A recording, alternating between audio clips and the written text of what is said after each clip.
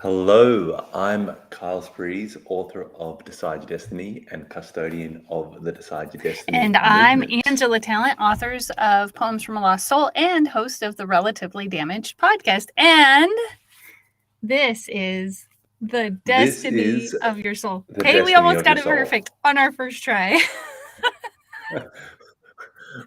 We'll keep trying like six That's nights right. swimming. Sometimes you just got to have fun with it. So last week we talked about Yes. noticing and asking questions. In fact, we sent you away with some homework, specifically noticing thoughts and asking the question, what am I called to do? If you did any of that homework and you want to share, we would love to hear from you, please. If not, that's cool. If you did it on your own Yes. and you don't want to share, we're cool with that too. You can also email us with the subject line Kyle or Angela at the destiny of your soul at gmail.com. So we now have an email address that we both can check. We do. We do. Yeah. Yes. So this week, though, we're talking about what are you inflicting on yourself. Again, we pulled this from Kyle's book, his second chapter of Decide Your Destiny. Yes. Yeah. How do you want to do that Yep. today? Do you want to give us a little opening? Like, what were you thinking before we dive in?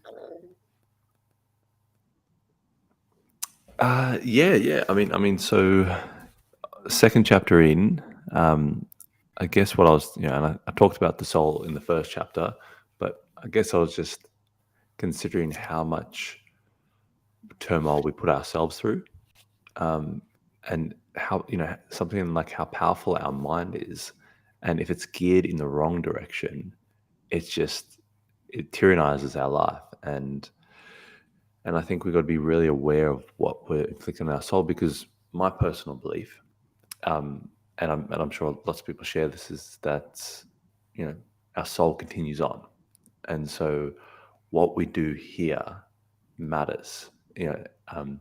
Everything matters. So what we do here, the integrity of our soul matters, and I think that just amplifies the importance of the decisions you make. And so the book obviously Decide Your Destiny, but being aware of how you might be inflicting your soul by taking a shortcut, or you know thinking in limit and scarcity and not thinking about the abundance of your soul's lifetimes and how much wisdom you have within yourselves, I think is one of the many ways that you can hold yourself back, not just in this lifetime, but I truly believe in the next and the next. And so yeah, so for me, that's one important thing. Is it's like, when you think about, oh, I'm investing for the next 4 years of my life in university, or I'm just got to go to school for this amount of time and then I'm done. And I think we always we always think in finish points. Like, oh, once I get retired, or once I do this, or once I start my business, or once.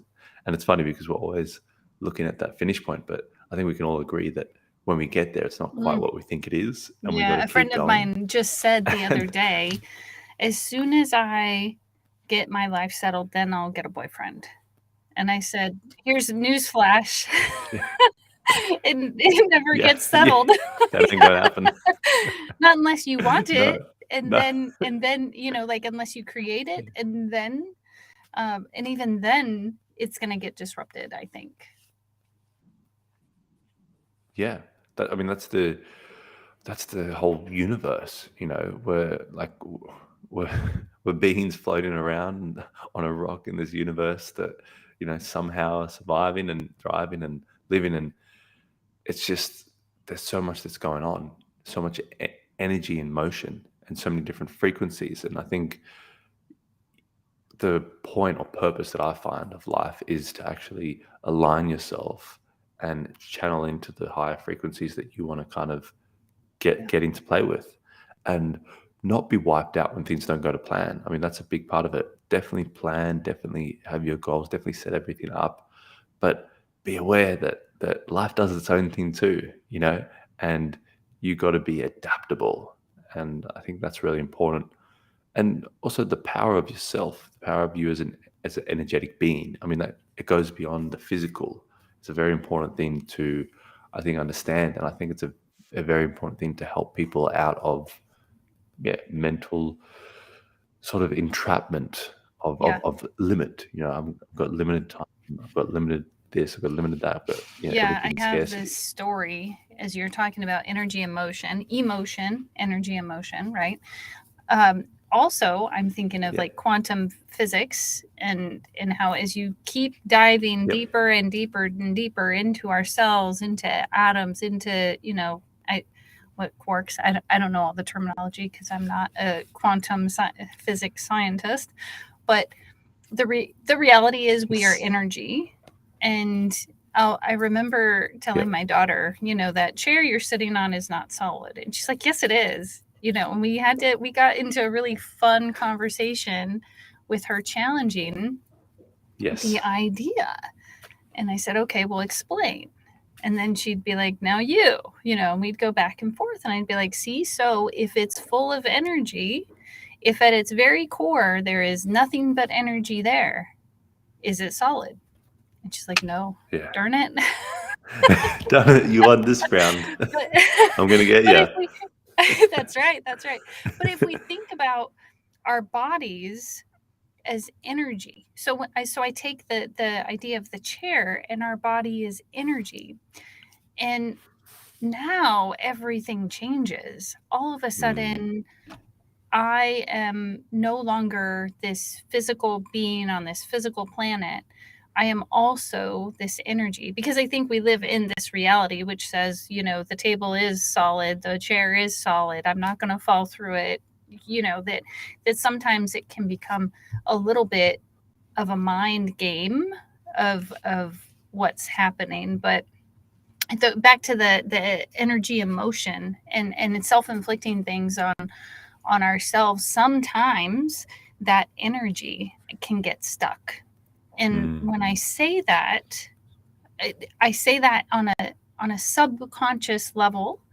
We don't even realize what we're doing.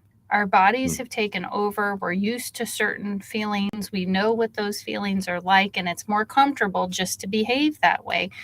So, like, one of the things I recently said is if someone is giving me feedback and I don't like it, it's probably a good thing that I'm hearing that feedback, and a really great sign that I'm triggered by it. And then it's definitely something I need to look at and yeah. usually accept that I do. Yes. Yeah. If there's something that irks you, it's a sign that there is a lesson or some truth, or generally something that you're not confronting. And it's like, oh, okay. And it's important to look for the things that irk you, because usually the things that irk you, like you said, that's where your energy is getting flagged. Why does that Mm-hmm. irk you? Why does, like, when I had family or different people like tell me, "Oh, Carl, you've got to do this, you got to get that done, you get that done," it would irk me because was telling myself that I need to get those things done, and then they were just adding to the pile, and then it was just like, wait a minute, why am I not getting it done? Like, you know, what is that? What is that? What's that energy block? Yeah, yeah. Or like me, earlier this week, I was frustrated because my daughter, one of them, wouldn't get up and get ready for school, and then I'm frustrated, and we're in the car on our way to school, and I'm like, look, I'm really frustrated that you're not getting up for school because now I'm going to be late for my phone call. I mean, and Yeah. I'm sitting there and I'm hearing this come out of my mouth. And again, subconscious, this is a normal old pattern of mine that I used to have on a regular basis. And I'm catching myself. I'm blaming her for my frustration. I can Mm. set a boundary. If she Yeah. doesn't get up in time for school, I don't have to take her. Mm. Yeah. Like, Yeah. what? Okay, so right now blaming her was not Mm. helpful. I had to take No. responsibility for me. Did she need to know that it's not cool? She really needs to go to school? Absolutely. Did I Yeah. need to blame her for my feeling? Not at all. And that's where the Yeah. problem was. Good on you for catching yourself, though. I mean, well done. Huge Well, I win. well, I think that really thinking about and pondering, what am I self-inflicting, right? Mm. I was self-inflicting that pain and suffering on me, Mm. Yeah. Yeah. um, and her, and then I was projecting it as if it was her fault. Yeah. that I was mad. Yeah. And it wasn't her fault. I chose to be angry, Yeah. Yeah. Yeah. but I It's didn't even realize I was choosing it. Yep. And that's where sometimes the energy in motion can become like if we can't control it, or if we can't kind of get reins on it and steer it, and it's very challenging in those moments. Like I know myself, um, sometimes, like, and it's so funny, the people closest to you that you love the most, that spend the most time with you, can receive the shittier sides of you as well, and you receive the shittier sides of them. You're like, what sort of deal is this? Like I've got to go Yeah. out and deal with the world all day, you know, people I don't know, but like with you, like, yeah. And so, I notice sometimes, like, maybe when my attitude is a little bit shot, and I could have maybe just not said those few words, or not, like I could have just maybe worked out a better way of saying it, or delivery, or things like that, and that can avoid so much so much like upset, or just misalignment, or having to explain later. And so it's very interesting to kind of try and catch it. It's a cool challenge. Try to catch yourself when that energy is in motion. You're like, it's bubbling, bubbling, bubbling. But I think if you can catch yourself early when the Yeah. bubbling starts, and just start steering it, and it's kind of like even repetition. You think about, like, how much indoctrination, or how much programming, or how much negative feedback loops we've had wired in our brain, and just like connected. And so if we can just repeat something on the other side, my grandmother was a counselor for 60 years, and um, she had this little doll. It was so funny. So from way back in the day, she had this doll called the Dreaded doll.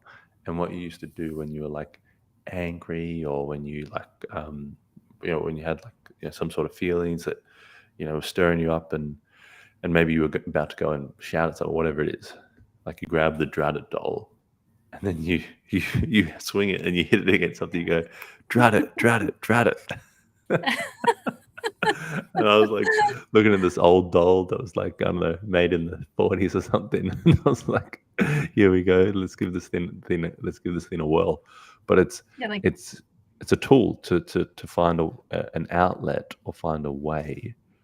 I mean, for me, like when I was writing that chapter, self-inflicting, life got so heavy and hard, and pressurized, that I was, who knows what I was going to do, what sort of dark path I was going to go down, and not just the negative thoughts, but because I was getting abuse outside of my life.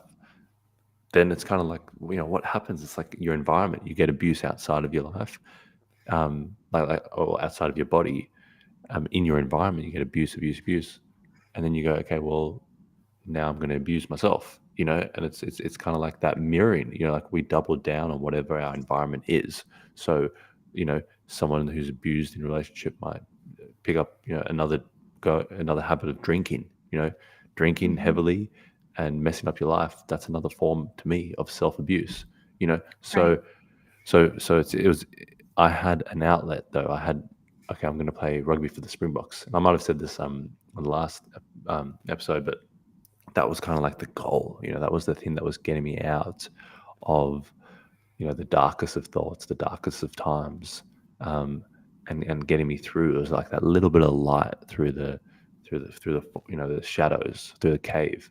So, I think big tool, or maybe a takeaway, uh, is, if it, and this is in chapter 2. I talk about your cosmic goal and setting up your cosmic goal. So the chapter, and then there's this big exercise that takes up pretty much the size of another chapter. And I discussed the importance of cosmic goal, that pretty much took me out of, you know terrible thoughts in a terrible direction. So maybe that could be the takeaway for today, for people to find that. And I'm trying to think of it. It's kind of like, when maybe it's Coast Guard, when someone's like lost, they fall off their boat, or like the boat Mhm, blows up or whatever in the ocean, and the Coast Guard comes over and lifts them out of the ocean. And so the way that I look at your cosmic goal, which really, cosmic meaning just big, grand, audacious. I was like, I'm going to play international rugby for the Springboks. I was in Australia now. I was an Australian citizen. How was I even going to get there? But it was just where I was directing myself. Bruce Lee says it's not just about getting to that specific goal. It's that goal is moving you out of somewhere, and it's moving you towards somewhere better. And that was the whole thing. Yeah. So the Coast Guard pulls you out of the ocean. And so the cosmic goal, the takeaway today would be find a goal that's going to pull you out of a current way. What goal can you have that will help pull you out? Now, I want to go back to something you said about just the ideas, like you were talking about the abuse and things like that, and then inflicting that on yourself. And I think also what can happen is we can get addicted to that, to beating ourselves up, or deciding we are, for instance, a burden, or deciding we are something that we're not, because of all these messages that we got in other places. And like, so Joe Dispenza says 95% of who we are as adults is so habituated through repetition that the body has been programmed to be the mind, and the body, not the conscious mind, is running the show. So if I'm used to running that program, then my mind can go on hiatus, and I can just behave in my life. I can just go out and, day in and day out, do the same things over and over and over again. And I think that's where it's really hard to catch that self-infliction, right? I'm trying to think of all the steps I do. And we talked about noticing last week, and really that's just noticing the thoughts, the ideas, whatever, not judging them, not anything like that. That's where I started. But I don't think I really started catching stuff until later, when I really started getting into a little bit longer meditations and really trying to connect with myself. And early on, I think that would have been too much. I really think that would have been too much. Now, the other thing I do want to talk about is that darn goal, because I'll tell you what, there was a time in my life that if I didn't meet a goal, that gave me permission to beat myself up. So I couldn't give myself a cosmic goal. Heaven forbid I give myself a cosmic goal that I absolutely that'll be a huge beat down. Because I would. But now I realize it's just there to help propel me along the journey. But like, that's, which is a hard shift if you're not used to it. I think that can be difficult, and it takes practice. And it maybe by calling it cosmic goal, then it gives me permission to not achieve it. Or if I achieve it, wouldn't that be a fantastic surprise? Yep. Well, see, the thing is, and look, the way that I look at, I guess, say, some of the bad emotions, or like definitely, I think Maybe if you're dysregulating emotions instead of bad. I hate calling them bad. Yeah. I mean, it's kind of like that thing where fear can be good if you utilize it in the right way, and then, but I guess to what you're saying, definitely, like, if you're beating yourself up every time, then it's kind of like you're creating that negative, like, experience, that negative feedback loop. But so some of my goals, some of the cosmic goals, like, I got to at a later stage, so like the book was like a gigantic, how I'm going to put this bloody thing together, and I was like, okay, I'm going to do it by this date. I'm going to do it, and I kept pushing back, and so it really started to come together when I was hard on myself. But I guess, and it's kind of like that thing where you use fear in a positive way. You can use, life is everything. It's and I did a video yesterday. I was talking about, like, don't be afraid to be touched by the negative. Don't be afraid to be touched by those experiences. And if we're just all looking for positive and fluffy dogs and rainbows, then we're missing out on so much of life. I think in the video you used like bunny rabbits and something, and I was fairy floss. dying. Yes, fairy floss and something else. But I love that because you were talking, I think, about calling family and checking in on family. Yeah. And I think it was grandma that was afraid Mm. of, I think she was afraid of being a burden. She didn't want you worrying about the load shedding and things like that Yeah. happening in Africa and how hard it's getting. Yeah. And I think you were saying something to the effect of, well, who am I if I can't handle that? Yeah. Like, what kind Yeah. of grandson would I be Yeah. if I couldn't call you and you couldn't share that burden with me? Yeah. And, it kind of goes to that community again, right? We are stronger together. It's like the way they make rope.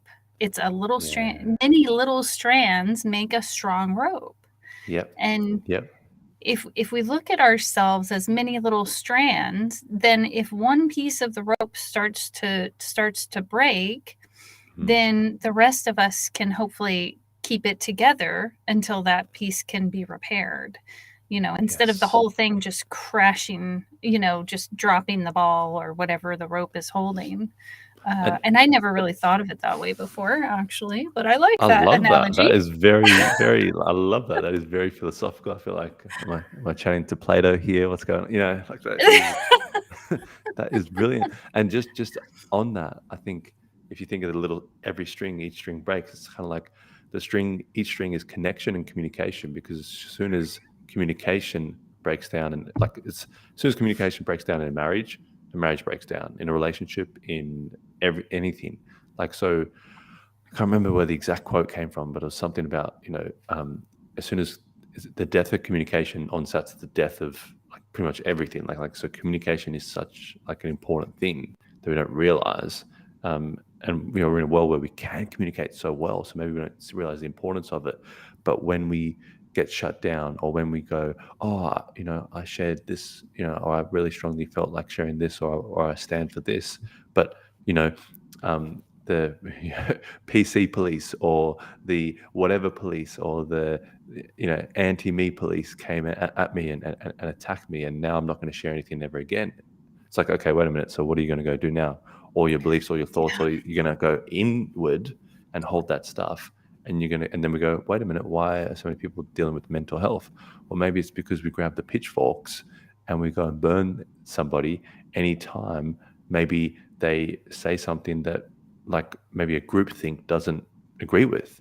And I've noticed that Or a they're lot in, having a bad day, heaven yeah, forbid someone have a bad day, and then we get yeah, the pitchfork and be like, oh man, you're not allowed to have a bad day because we're not allowed to have a bad day. And yeah, that's not true. if no, if my kids, for instance, I love using them because you know what, kids they will teach you who you exceptional. are. They have taught Yeah, me who I've I heard that. am to no Yes. end. But Love when that. when they get angry or say something, that is so about them. The other thing I really also want to point out is there is so much that happens inside of us all of the time. There's so Mm, much that happens inside of Kyle. There's so much that happens in my youngest daughter, my oldest daughter, my caregiver, what have you, my mom, all these people, right? And we think we know them. We think we know what's happening, and we yeah. assume that when they're yelling at us, that they've had the same experiences that we have had, and that there's no reason for them to be upset. And I know that's not true. It is really hard to break free from that. And Mm, that is a place where I think we self-inflict pain and suffering again, or on ourselves, because we take on what someone else is doing or mm, saying in anger, frustration, sadness, instead of hearing, I don't know if it's what they're saying, I don't know what word to use here, instead of hearing through the message to what they're really needing, mm, and being calm enough to stay with them through those dysregulating feelings. mm. We if we don't do that, then we're inflicting more pain even on ourselves. Yeah, exactly, exactly.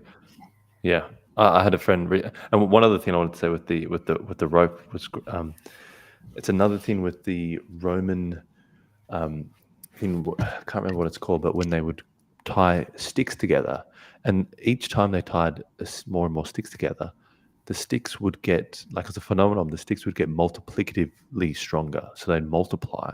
So it wouldn't be Mm, like one stick plus two stick is two times the force and strength. It would multiply. And I think that's the same thing with the rope, with mm, community, with coming together. Our solutions can multiply. And it's funny because in in some countries in the world, people are very how would I say, very comfortable talking about how corrupt their government is, or their leaders are, or their, the lobbyists are, and all these sorts of things. So it's very interesting because you talk about that, and then you come back to a different country, and there's corruption in different ways, different levels, or different sort of, hey, if you do this, here's a bit of real estate here, here's a bit of lobbying here, here's a bit of, I'll sort you out there. Um, but it's so interesting because listening to family and friends talking about where they are and the corruption that they're experiencing, and then they talk about, oh, it's tax money is easy money, just charge, and all this sort of thing, and you just go, wow, like how much could we solve if we came together, as communities? Like, have we gone too complicated? Have we relied too mhm. much on authorities? And I'm not someone who's I don't even know what the belief quadrant is. There's so many different labels, but I'm not believing like, oh, we don't need any governance, we don't need any. Like, I'm 100%. We need law, we need order, we need all that sort of stuff. We need a judiciary system, but even that is flawed because there's a great study on how many, like, what the rate of a guilty conviction is for judges before lunch compared to Yeah. after lunch. And it's like this huge split, and you're like, well, we're humans. Like, this is something we're working with, and Yeah. it's that flaw. But I feel like if we can come together, if we have councils, if we have people, if we don't have this, and it all, for me, a lot of it comes back to limit and scarcity, and it's a tool used by some institutions to drive up urgency. Oh, there's only 200 water bottles here. Just letting you know. Well, you clear out your stock. You have a great sale for that. So that limit, that sort of scarcity creates that sort of urgency and that attention. And so, for me, I just think that we can do so much together if we come together as a community and we connect and we're authentic. We open up and say, yeah, look, maybe we'll get rid of that slot where I just before lunch, for the judge. Maybe I'll have a quick bite to eat, or I'll go have a snack, or I know I'm in this professional frame, and but maybe I'll go and actually go out, have a quick snack before the next person, or whatever it is. Like, we can change things once we get into communication and connection. You can change the strict structures of the systems once we get into communication and connection. And I think it's such a powerful thing when you're talking about the string, and the same thing with the stick. Like, we become multiplicatively stronger together. We can solve Mhm. things out together. And that's one of the things that I love about what we're doing, because your book like lends strength to my book, and then my book lends strength, and this whole thing like just can grow and build. So on that note, I Mhm. would love to hear your poem, if that's okay. Yes, I did write a poem for today's episode. I call it Self Inflicted. I couldn't help it. I self inflicted more pain and suffering. It was all I knew, even as I grew. Instead of succeed, I aimed to give away my pain until it was that I realized self sabotage wasn't the way.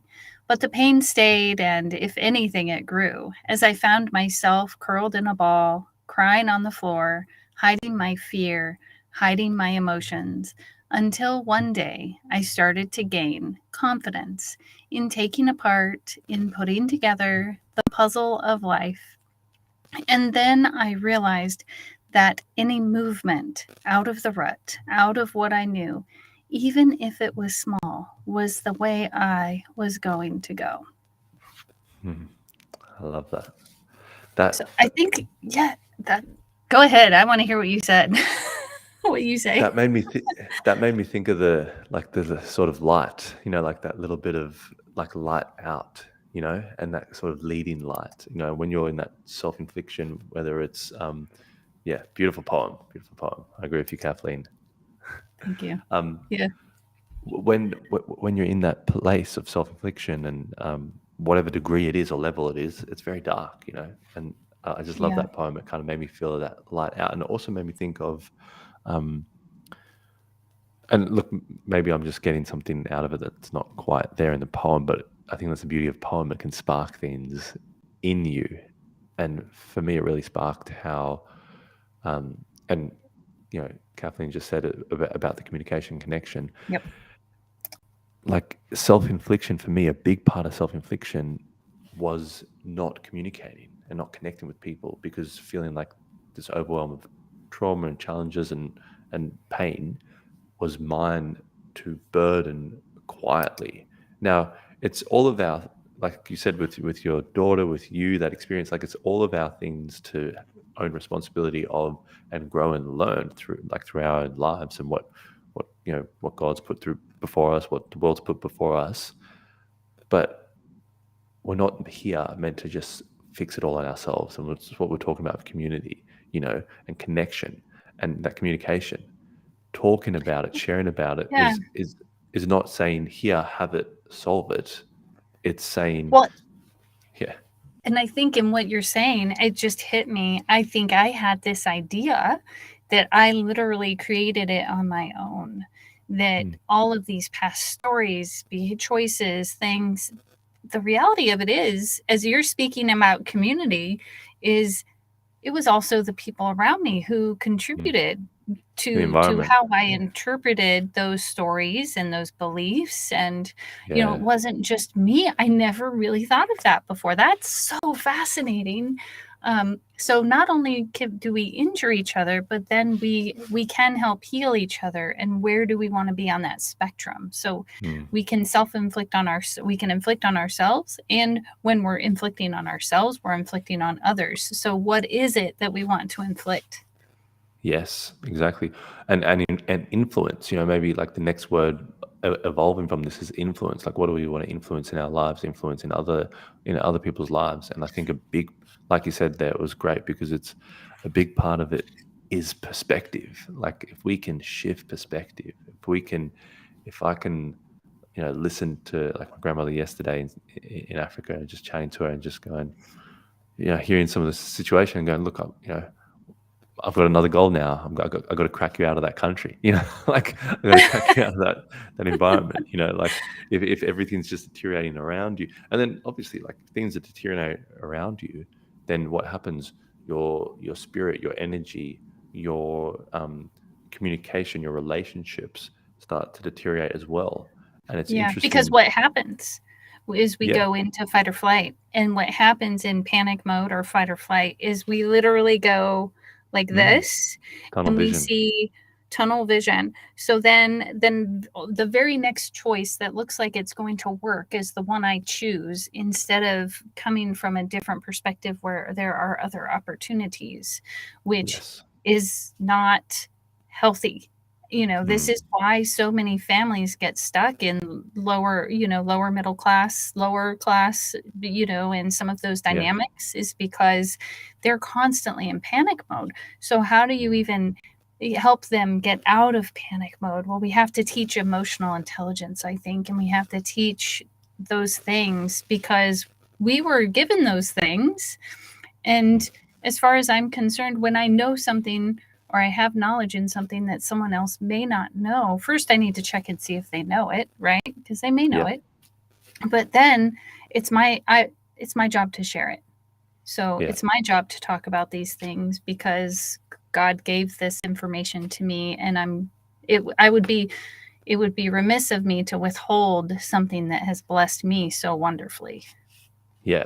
And it's a proactive approach that you're taking, and it requires a proactive approach to have communication and conversation, and to take what we know and see how it can and help. And the biggest thing that I noticed was that the kind of when I used to go back to that country, and it was different. It was a different time, and all that. There was a lot more communication and connection between family.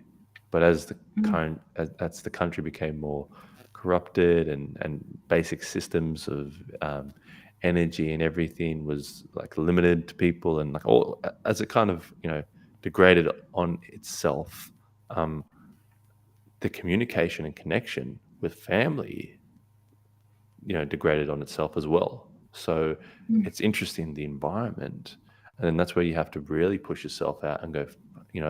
I'm dealing with this, I'm coming home after a full day's work, for pittance, and then I'm having to cook by candlelight, and then I'm like, all these different challenges, and then obviously then there's more break-ins and all these different things, and Yeah.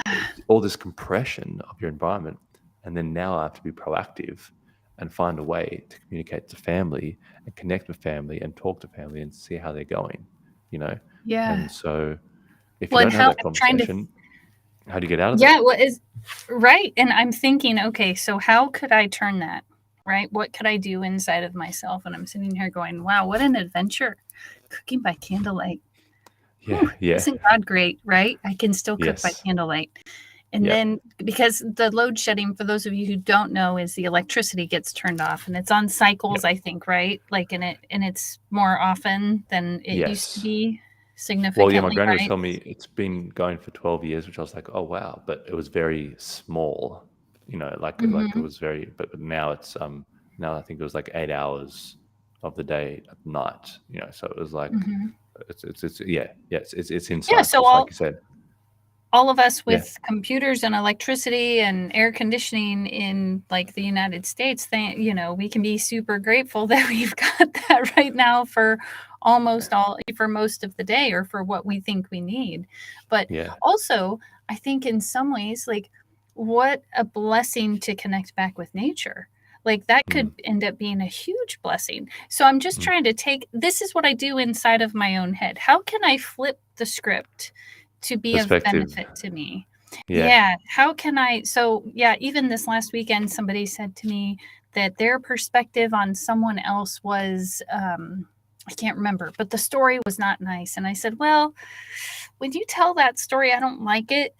So, it's not that they couldn't tell the story. I said, but I'm not going to take that story on as the story I'm going to tell about that person, because when I tell Mm, that story about that person, I become mean because if I believe that story, then I'm also believing this and this and this and this, mm. and that's not You're who I taking want to on all be. I that. want to be a loving person. Yeah. Love that. Powerful. Yeah, thank you. Yeah, no, I'm just trying to share like how, because it really can be a trick of the mind Mm, of how am I going to and how am I going to make it through this, number one, but how am I going to make it through this and feel free to get through this? yeah, Like, how can I be free? It's like this yeah. huge freedom to be able to choose joy when everyone Mm. else is choosing misery. Yeah, yeah. And when it's all around you. And I mean, and the thing is, like we can talk about, and look, uh, what you're saying, I think my, you know, with what humans have created and what we can create and how capable people are, and looking towards success and how much success certain people make in the world, and just like mind blowing success, especially in the last few years, um, and how organizations, institutions, like just seeing what infrastructure, what has been built. For me, that thing of like, aren't we lucky, is two part, because like, yes, gratitude is important, but we should all be striving for excellence. No one should have to be going through that sort of stuff. Like when we know what to do, like when we know how to organize ourselves, like when we know how to like know, like we need to do better, we need to get better, and that's my true belief. And I think even in Western countries, where you have everything, and it's that whole thing. Western countries where you have everything, you like can be surrounded by, like what you said, misery. And sometimes you go to African countries or Asian countries, and similarly people like have, or we perceive have nothing, but they have family or they have a reason to fight. And sometimes the craziest thing is they have more of a reason to fight every day, because hey, I need to go and get some food in my daughter's belly today. I need to get out there. I need to find a way, and I need to do my best I can. And then it's kind of, and you hear about so many success stories where people have come from the depths of hell and come through it. I mean, that's maybe what the conversation was a bit last night was touching on, is like, you know, don't dismiss that side of life, because that side of life can lend to the other side, if you utilize it properly. Well, again, I think you're speaking to nothing's either good or bad, just different, right? So And I'm thinking, even in the Western culture, how many things have made our lives so easy, that almost too easy, that we're deteriorating as Yeah. humans, right? Physically, maybe we're sitting behind a desk all day. Yeah. We actually have to push ourselves to get outside and walk the minimum amount of steps. Yeah. I'm just trying to think. Many things, and we're out of touch with nature. So in some ways it's like, okay, we have all these things that are supposed to be great and fantastic, and on the other hand, are they? Mm. What happened to Mm. nature? What happened to the connection with the universe? What happened to community? And how are we within our community, within our buildings and our walls, with our fences, et cetera, et cetera? Yeah. Well, work health and safety client of mine I saw seen recently. He had a great presentation, and he was talking about like the silent pandemic of sitting in chairs. And he was saying like there's research, but it's such a hard thing like for to get governments to move on, and like to get the information out, and like make society aware of, because it's such a slow process. And he said, but people sitting down all day, like the health implications of that, and like saying, we got to like maybe got to get, so standing chairs. Offices need to kind of develop for standing chairs and things like that. And you're so right, because what did we do? We years and years ago we ran around, and Yeah. there's so many misconceptions we have, right? So one of the big misconceptions was that people didn't live long back in the day.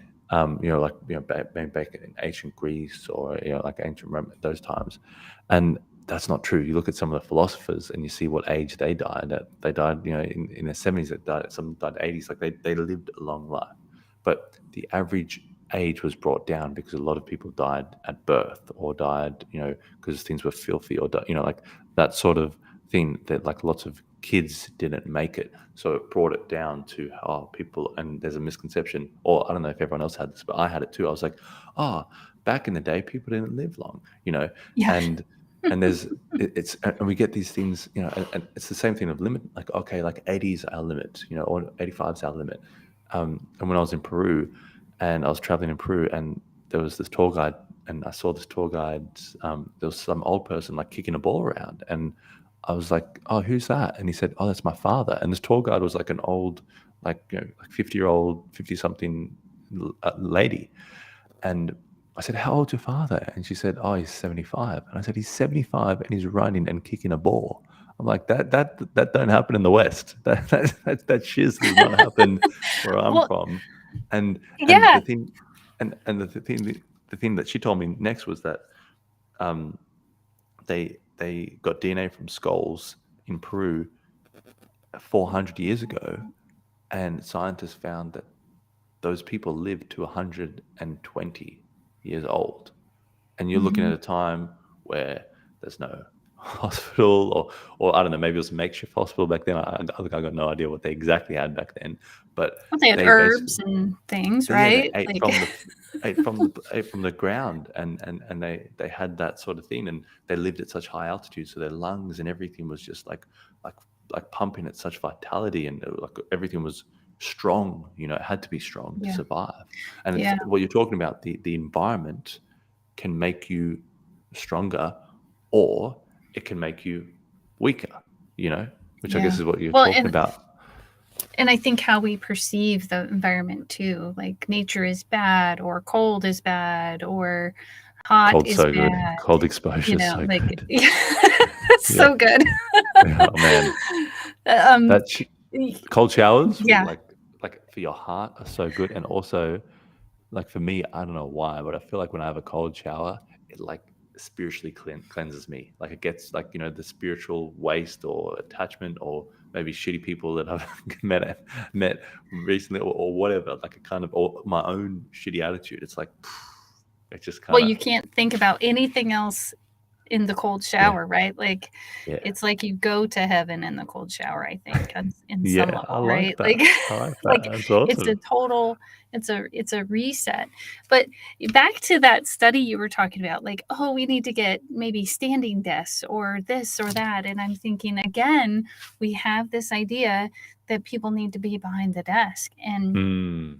I Wow. don't Good, think good that's true. perspective. I Good just, perspective. talk about Yeah. self-inflicting misery on us. Mm. Oh, if you're behind the desk, you're going to be productive. Well, guess what? If you take a break and you go outside and you commune with nature and you come back, sometimes you're even more productive. Most Mm. times, I would bet you're more productive than if you just went to the break room and sat down again.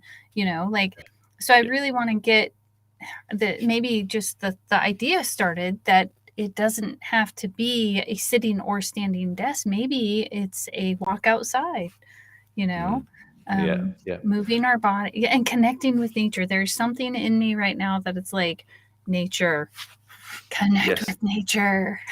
Yeah. And go out and like going out and connecting with people and like, uh, I mean, I'm very old fashioned maybe with the way that I, in some ways, do business and marketing and things like that. And I do stuff online as well, and I get messages and emails and a lot of that, like a lot of inquiries come through email and things like that. So, but I also love going to a network event, meeting people, and I always, and it's so funny. I always go there like, oh God, like I don't have time for this, or you're getting that whole thing, and then you leave, and you're like, God, I got to do that more. I really got to do that more, and Like it's your the cold same thing. shower.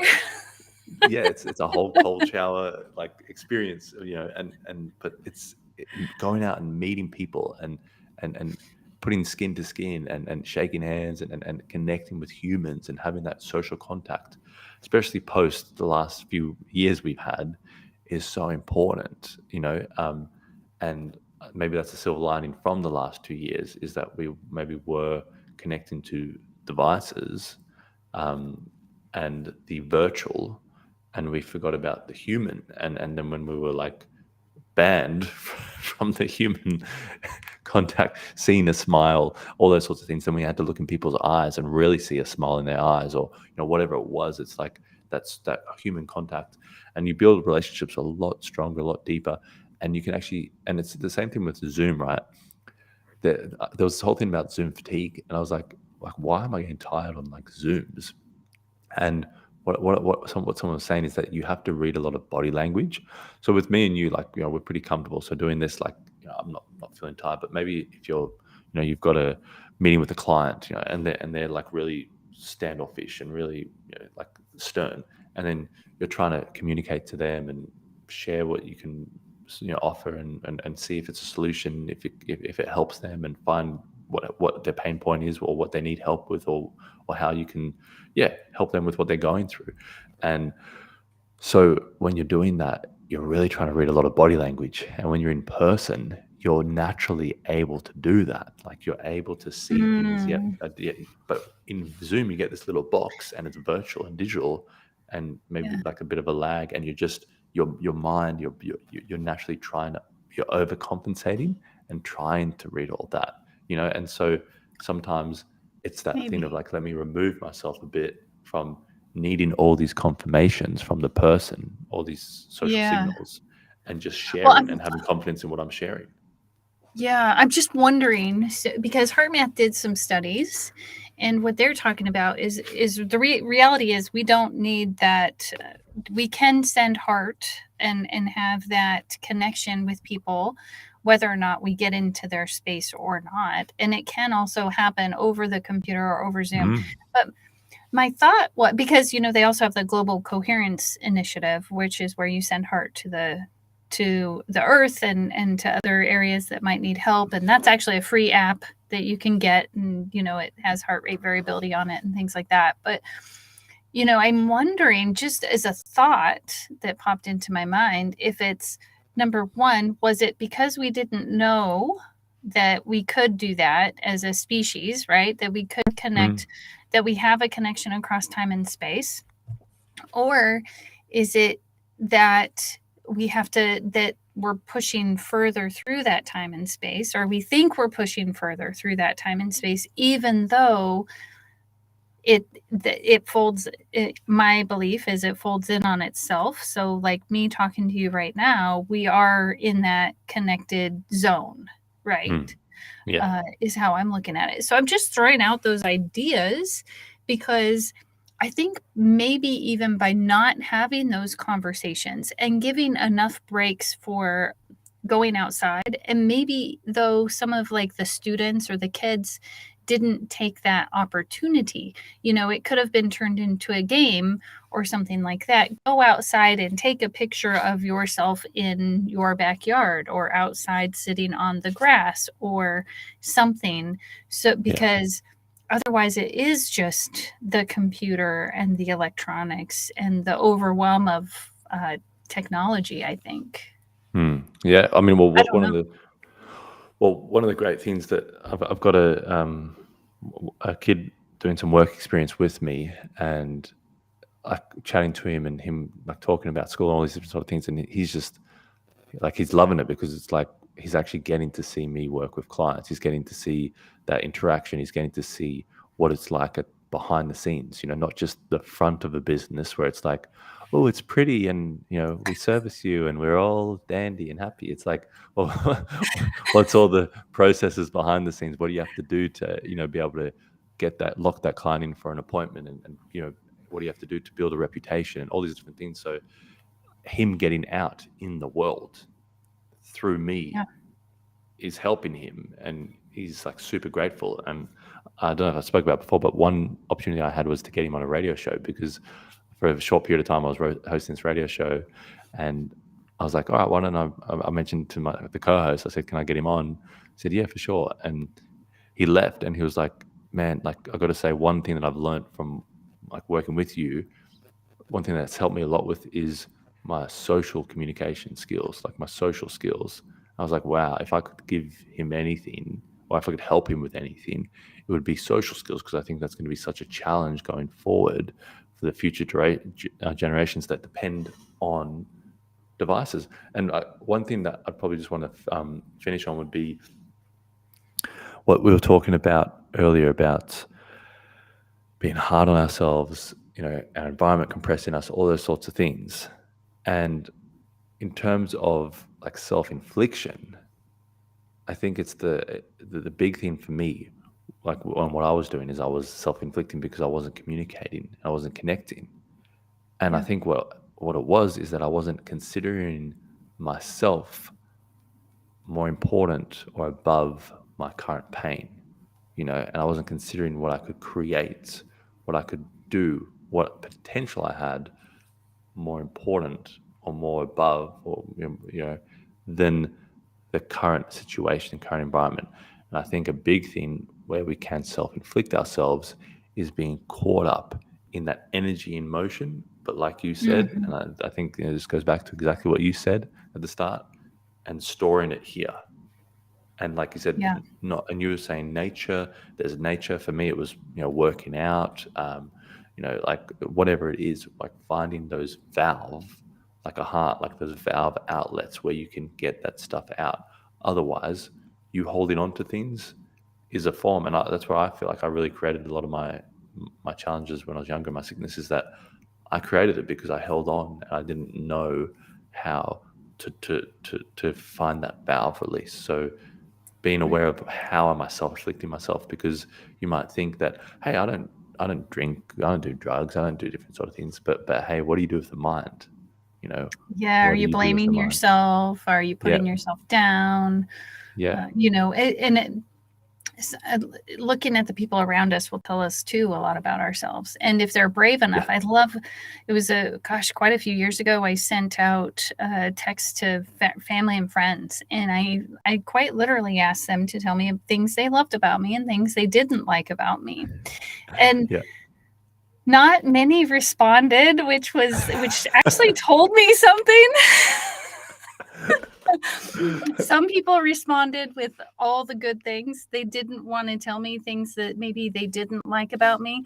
It was a great lesson for me to be open to that feedback, how important it is to get that feedback for maybe how I'm inflicting that pain and suffering on myself and maybe even on others around me. But it's that was definitely a humbling experience, and it was so neat because when I did get the ones back that were willing to take that risk, I knew that they loved me. Like at their very core, they were like, you know what, this might hurt her and she will still love me, and they knew that, and I knew that. So it actually brought us closer together. I It's love so that that. we could talk about that pain and suffering, and it brought us closer together. You know, it was what I was doing. I didn't know some of the things I didn't know, and some of the things I was like, oh yeah, yep, okay, I definitely got to work on that some more.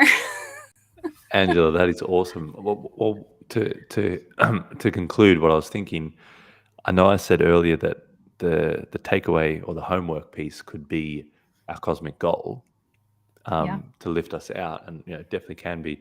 But also, I don't know if you got it from a book, because I remember reading a book a couple of years ago, and it said this. It said a similar thing. It said message your family and friends and ask them for feedback. And I actually think I've did that once, and I got such an amazing amount of people that, like that gave me feedback. Some people, like you said, similar sort of thing, was like, oh, I'm not sure, like kind of dodging it, or like quiet, or that sort of thing. And it was an interesting social experiment. Um, some people actually did give me criticism, and I was like, look, I think you're doing this and this, but I'm not sure about this, or that they gave me their feedback, and I was like, oh, cool, I'm glad to see.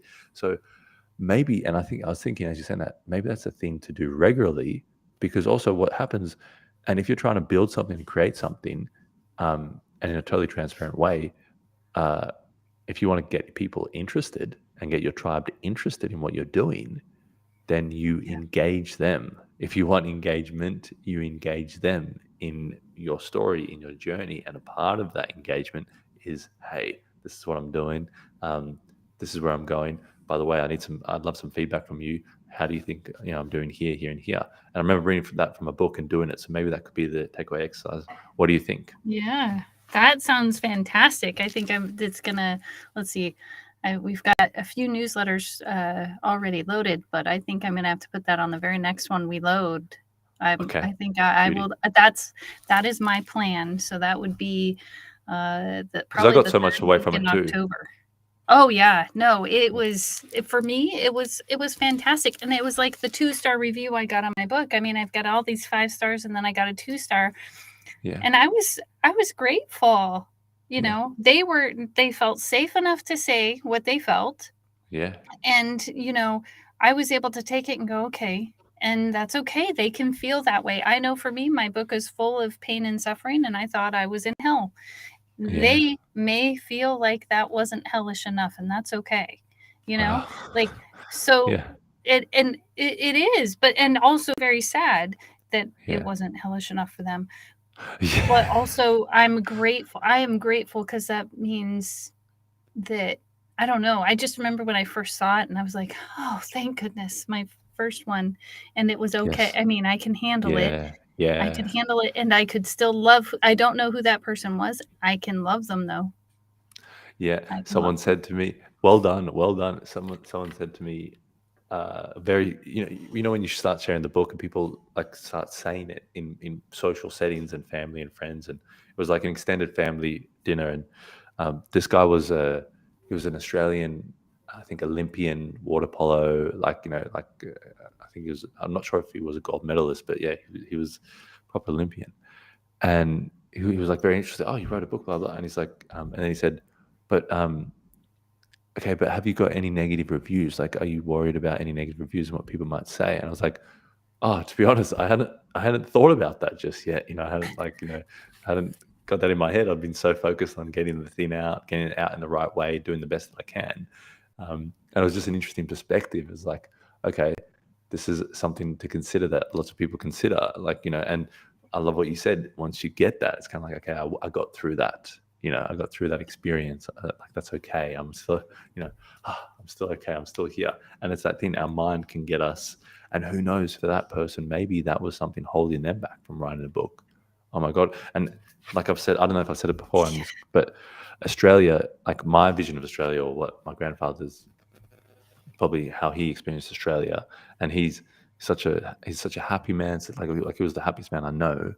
Um, but he calls a spade for a spade, and like he'll say things, like, oh, they still so they still treat us like what do they call criminals in this country, like with the coming from England, and like all the criminals like that they shipped off to Australia and all that sort of stuff, and and those sorts of things. And so it's kind of like that, like aggression of police, like guilty to proven innocent, and you know over legislating a country until it just like loses its entire juice. But anyway, so one of the things of Australia was very much like you leave you to do you, and I'll leave me to do me, and that kind of like that Buddhist sort of thing, like you go do your life, I'll do my life, and like we'll just be in harmony, and I won't suppress and compress and try and dictate authority to you at every moment's notice. So one of the funny things through that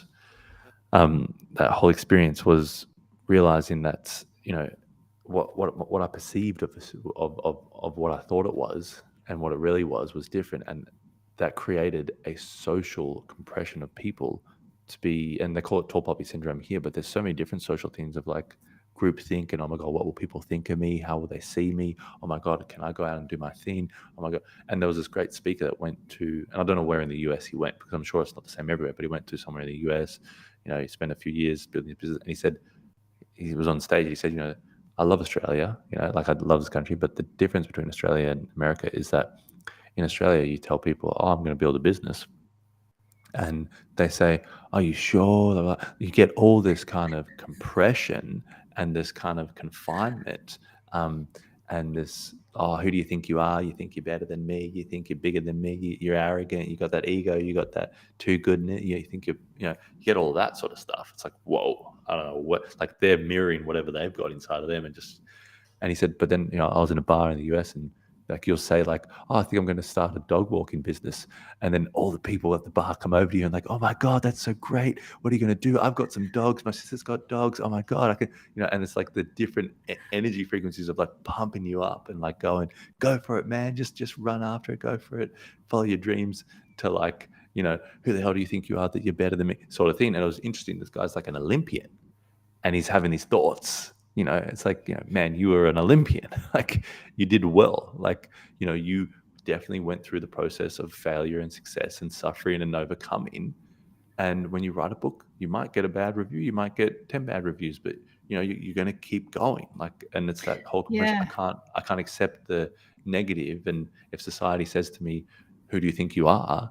Then that's too much for me, and Yeah. it's, anyway, I don't know about interesting you, little. but I want to be the man in the arena, marred with blood and sweat and tears, rather than in the stands. Like, and I can't remember if Oh, I that's in a love Brene that. Brown. Yeah, it's in a beginning of a Brene Brown book. I think it's in the beginning of Daring Greatly. But Yes. anyway, we are way past our time. So you guys have your homework. Ask for feedback, and how are you self-inflicting? Right? Yep. How are Those you two things. self-inflicting? Yeah. Yep. Yeah. Ask for feedback, and find a cosmic goal that can lead you out of it. So Oh maybe yes.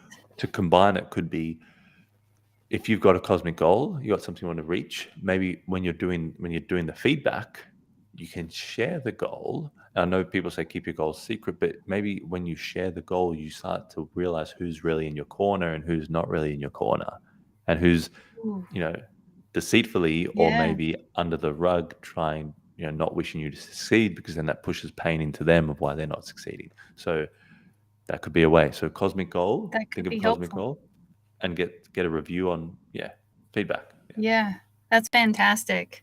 Okay, well, Yeah, I'm awesome. Angela, I'm Kyle, and and we'll see you this next week. is Oh the yeah, Destiny of Your Soul. decide. Next week.